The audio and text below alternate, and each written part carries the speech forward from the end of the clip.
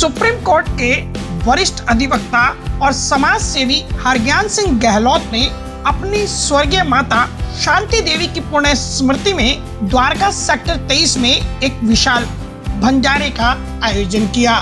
सामाजिक सरोकार से गहराई से जुड़े अधिवक्ता गहलोत के इस आयोजन में हजारों लोगों ने सहभागिता की।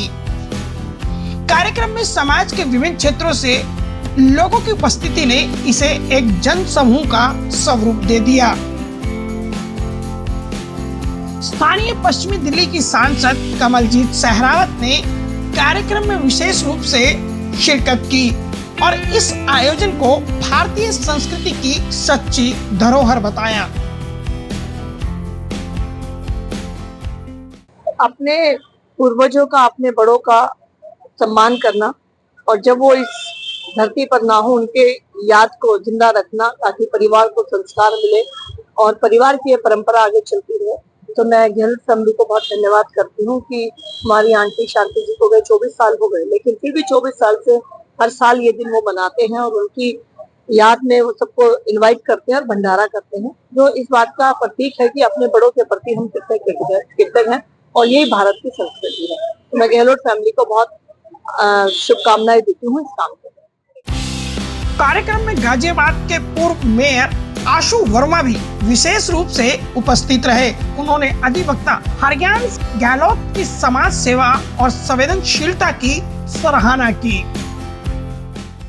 समाज सेवी के तौर पर हरज्ञान सिंह जी गहलोत पहचान भी रखते हैं और आज बहुत सारे लोग जुड़े हैं, आप भी जुड़े हैं आज, इसमें क्या कहेंगे?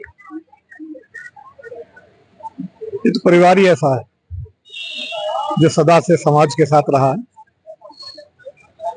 और समाज के साथ रहने का यही है कि आप देखिए कितने लोग यहाँ आए हुए हैं। समाज का हर वर्ग यहाँ पर है तो बिना समाज से जुड़े तो क्या जीवन है व्यक्ति का। ये तो अपनी पारिवारिक परंपरा पूरी निभा रहे। हरज्ञान सिंह जी बहुत सारे लोगों के जीवन में बदलाव लाए, बहुत सारी पीआईएल के थ्रू इन्होंने मानवीय काम किए हैं, उनको लेकर क्या कहेंगे? ये बिल्डर लोग होते हैं, वरना तो हर व्यक्ति को केवल अपने लिए लगी है।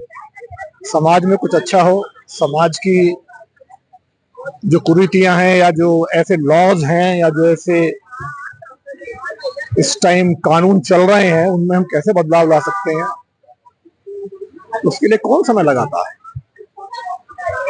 कुछ बिरले लोग हैं जो इन्हें ठीक करने के लिए अपना समय भी लगाते हैं, अपना धन भी लगाते हैं। हरज्ञान सिंह गहलोत न केवल एक सफल वकील हैं, बल्कि समाज के लिए एक समर्पित संवेदनशील व्यक्ति भी हैं। जनहित याचिकाओं यानी पीआईएल के माध्यम से सामाजिक बदलाव लाने वाले अधिवक्ता हरज्ञान सिंह गहलोत आज किसी परिचय के मोहताज नहीं हैं। कार्यक्रम में अलग अलग कोर्ट से आए कई वरिष्ठ वकीलों ने यहां अपनी उपस्थिति दर्ज करवाई।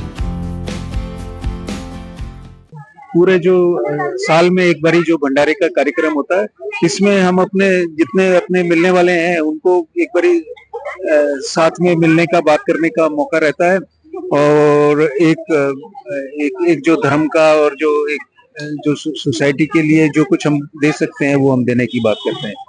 हाँ, ये बात बिल्कुल सही है कि जो मेरी मदर थी वो एक कर्मठ और कर्मों में बिलीव करने वाली लेडी थी।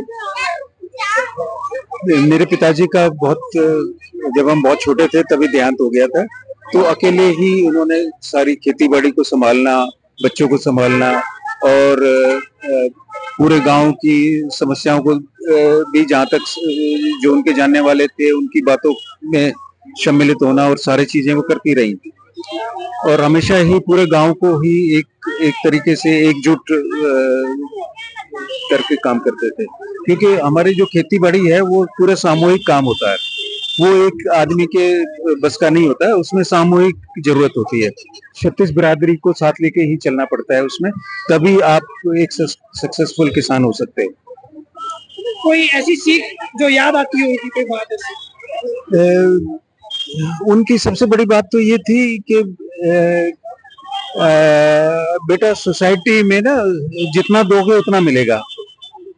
तो ये एक उनकी जो एक सबसे बड़ी बात यही थी कि आप जितना सोसाइटी को दोगे, आपको सोचने की जरूरत नहीं है, भगवान आपका साथ देगा। ये उनका एक मानना था।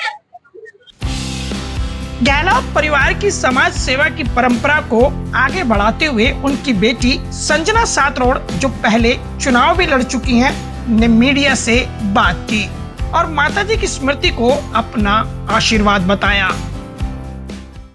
संजना सातरोड़ की आप सभी को राम राम।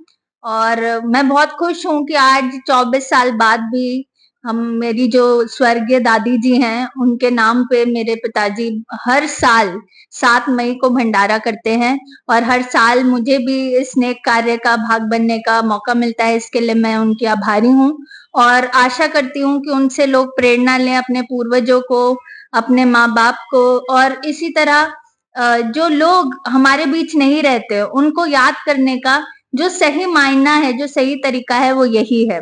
और मेरा मानना है कि अगर हम किसी को अन्न खिलाते हैं तो वो हमारे कर्मों में ऐड ही होता है और अपने साथ और कुछ नहीं जाता, हमारे अच्छे कर्म जाते हैं।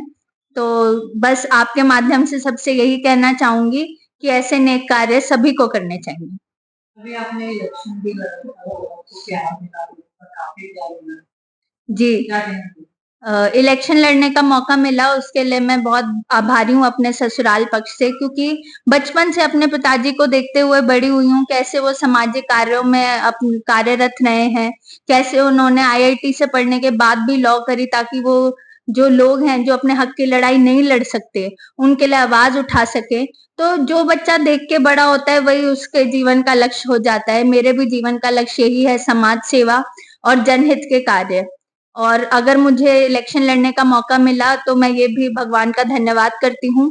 और भले ही वोट 30,000 हैं, कम आए हों, लेकिन प्यार बेशुमार मिला है। इस बार सीख ली है, अगली बार जरूर जीतूंगी। तो हमारे सामने सरकारी स्कूल है लड़कियों का, घर के सामने, तो वो कहती थी कि दान करो, तो मैं इतनी पूरियां उतारती थी कि पूरे स्कूल के बच्चों को हम हलवा पूरी बांटते थे, श्राद्ध वालों को। बोले असली दान ये होता है, तुम सबको पेट भर के खिलाओ और गौशाला में देना, अंधों के आश्रम में देना।